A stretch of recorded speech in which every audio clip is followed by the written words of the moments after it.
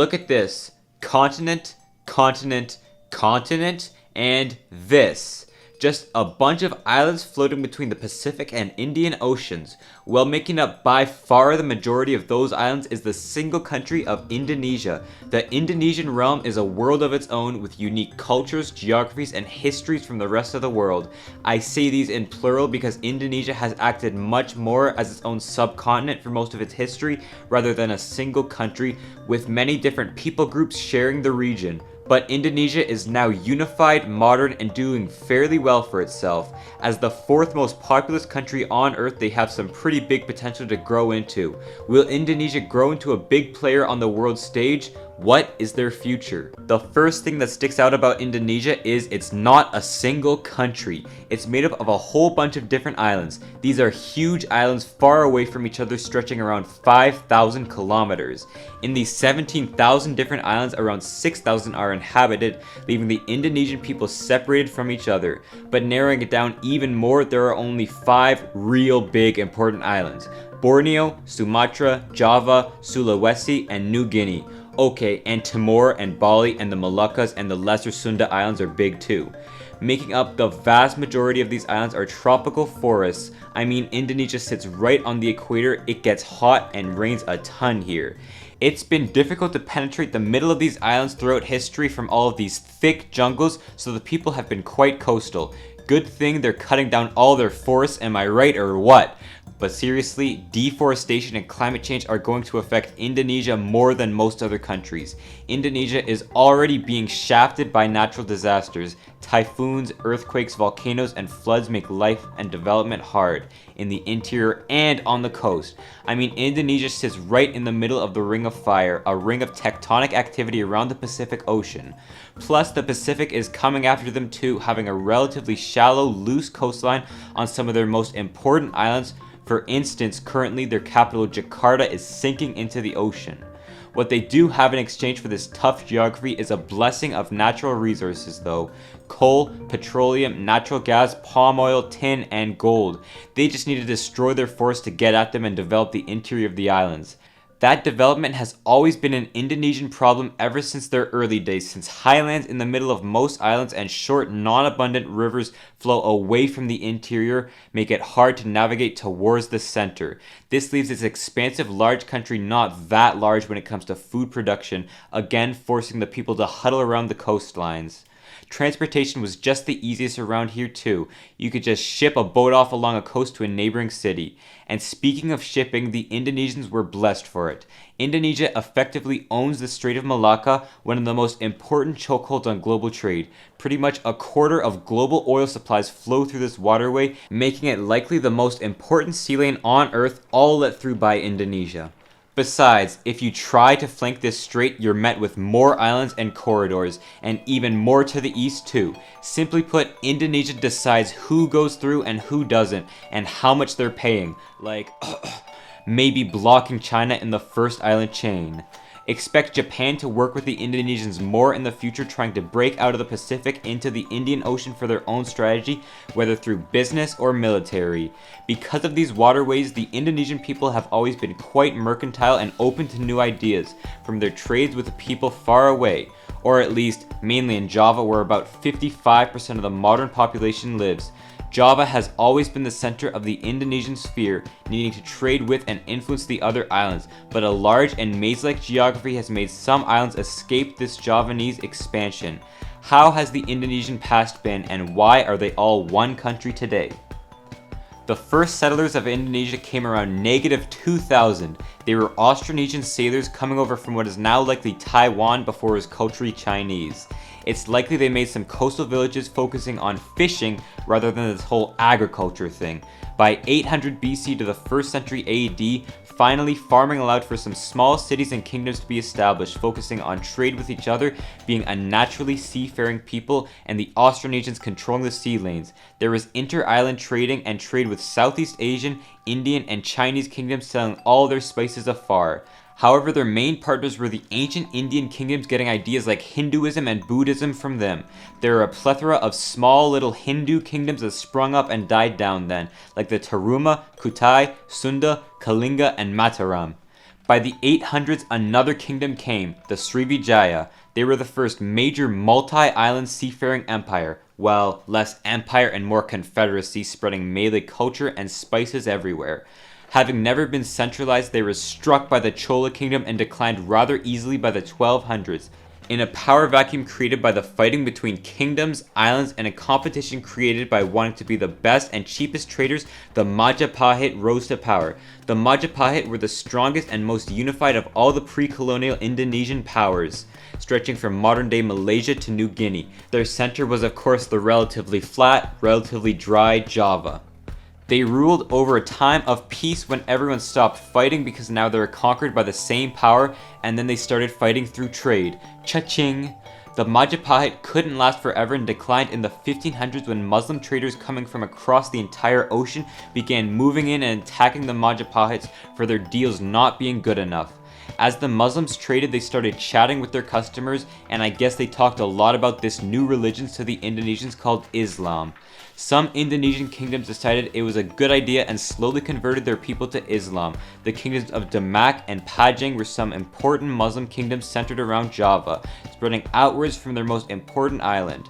And then, dun dun, a new competitor showed up. In 1512, the Portuguese came knocking on their door. Is there any place these guys didn't show up?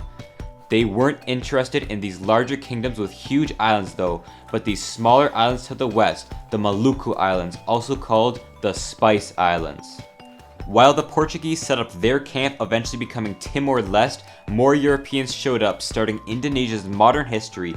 These were the Dutch, who founded the Dutch East India Company, or VOC for short, in 1602 to fund their ventures in these islands. The VOC was awarded a monopoly over all of these islands by the Dutch Parliament. But wait, people still live here. In order for the VOC to get this monopoly they were granted, they needed to use a little bit of force. The VOC had its own army and navy which invaded the islands, slowly pushing away the Indonesian people and built their hub of Batavia, now Jakarta. The Portuguese were also a little pissed that the Dutch came in, being beat out by the better Dutch weapons, shippings, and investment structures. To keep these islands from rebelling, the Dutch used differences in the peoples and factors to keep them divided and conquered. Standard of living and populations fell off a cliff. For instance, in these islands, the Banda Islands are estimated to have lost over 90% of their population after the Dutch took over. They used forced labor to extract every last drop of spice or rubber or sugar from their plantations and brought them back to Europe, sprinkling nutmeg on everything. They were essentially using a feudal system, a system which the Dutch had rebelled against the Spanish to get out of, to tie their Indonesian peasants to their land. But of course, they were not happy and rebelled a bunch of times, eventually leading to the Dutch taking over Indonesia in 1800. By the late 1800s, the Dutch let up a little bit, granting political reforms, education for the native Indonesians, liberalization of movement and trade, and they treated the native Indonesians as citizens, but of course the Dutch stayed on top. The Dutch invested into infrastructure and the police and military, which got a little too cruel maybe. It stayed this way until World War II, when Japan decided it needed oil from here and invaded. When Japan got nuked, instead of going back to the Dutch, Indonesia declared independence, and after a skirmish that lasted until 1949, they got it.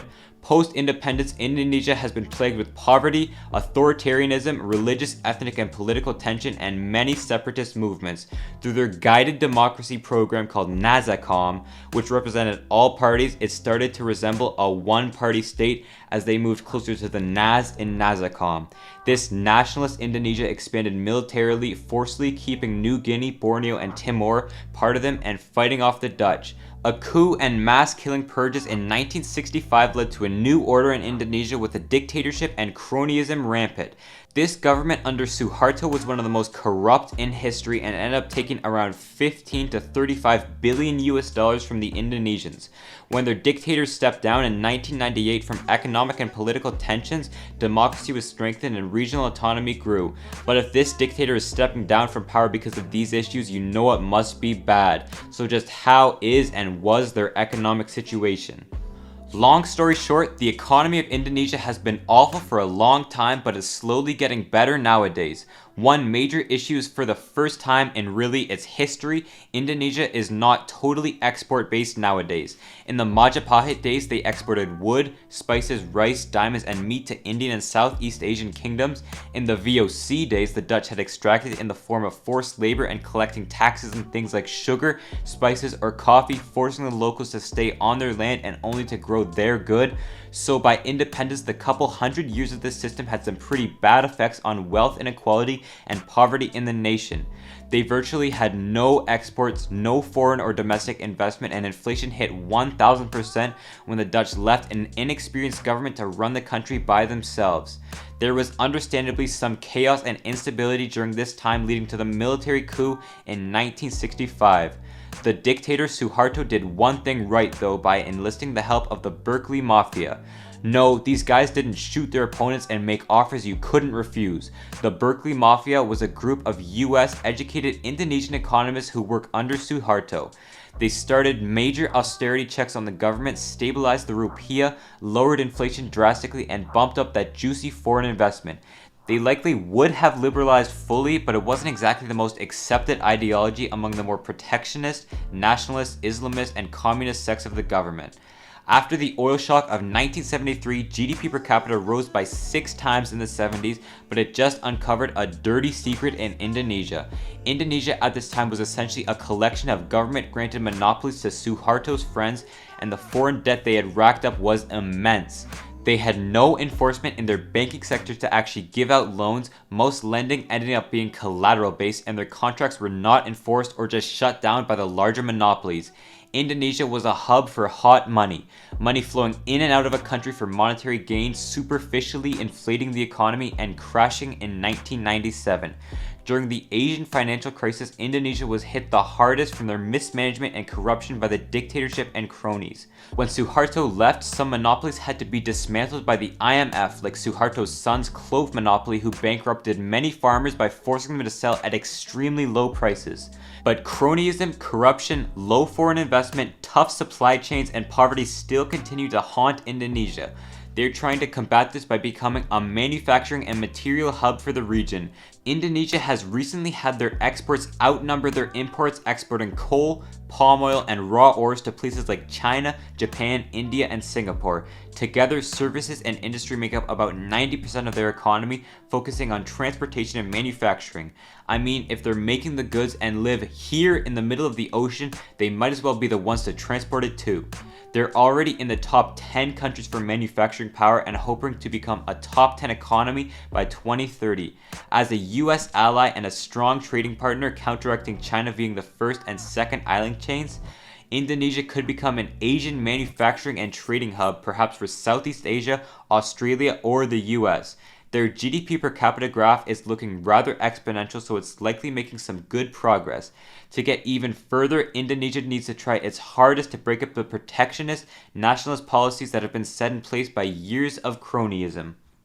Now, the people of Indonesia are split, not just by islands, but over the years from this geographic divide and hundreds of kilometers of water, they have developed distinct identities and cultures. They have a population of about 275 million people, expected to grow and peak around 340 million in 2060 and then stabilize. This leaves around 60 million more Indonesians left to enter this world. With a median population of 29 years old, the Indonesians are fairly young and have time to expand their manufacturing and shipping workforce, with plenty of young people trying to make it.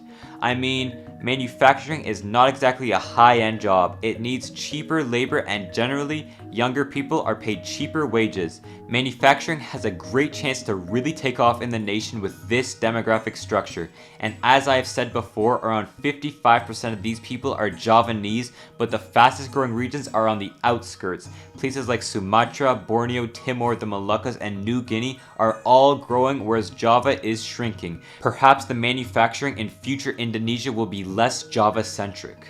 But of course, that would mean supply chains and cooperation between islands, and since Indonesia has around 1,300 different ethnic groups now growing in power, it wouldn't be surprising to see some have the idea of breaking off if things go wrong. It has happened plenty of times before in Aceh, West Papua, Kalimantan, South Maluku, and of course in Timor, which actually succeeded. Linguistically, Indonesia holds 10% of the entire world's languages, although most are very sparsely spoken on New Guinea. 42% speak Javanese, 15% Sundanese, 3% Malay, and many, many, many more. Almost everybody in the country is united by two things though, speaking Indonesian and believing in Islam. It gives Indonesia some national cohesion along with years of a nationalist government promoting this idea. Indonesia seems to be working right now as a union between the region's many different groups, mostly controlled by the Javanese. If unrest were to happen though, it's likely that some more smaller, more obscure fringe areas can split off easily. So where does that leave our good friend Indonesia? Indonesia is a country which maybe should not have been a country. It's made up of a bunch of different islands, each with their own cultures and identities separated by hundreds of kilometers of water. The only reason they're together is because the Dutch forced them to be together, and the nationalist government of Indonesia pushed hard for a strong identity. Their economy is lackluster but growing as it makes and exports more goods to surrounding regions. If it continues this export-based growth strategy like China has done, it could become a decently sized power with 1/3 of a billion people in the country. It's also that amount of people that makes it easy to see that independence movements could become more common in Indonesia if it doesn't fix their corruption and poverty it got itself into. I honestly think that Indonesia is in a good position geographically and demographically, so if it is successful, the Javanese could make a small sphere of influence like today to counteract Indian and Chinese, or more realistically Vietnamese and Filipino power. But if Indonesia succumbs to its ethnic and power issues, it's not hard to see that it could easily be split apart as other Asian nations fight for control over this historically rich, trade-frenzy region.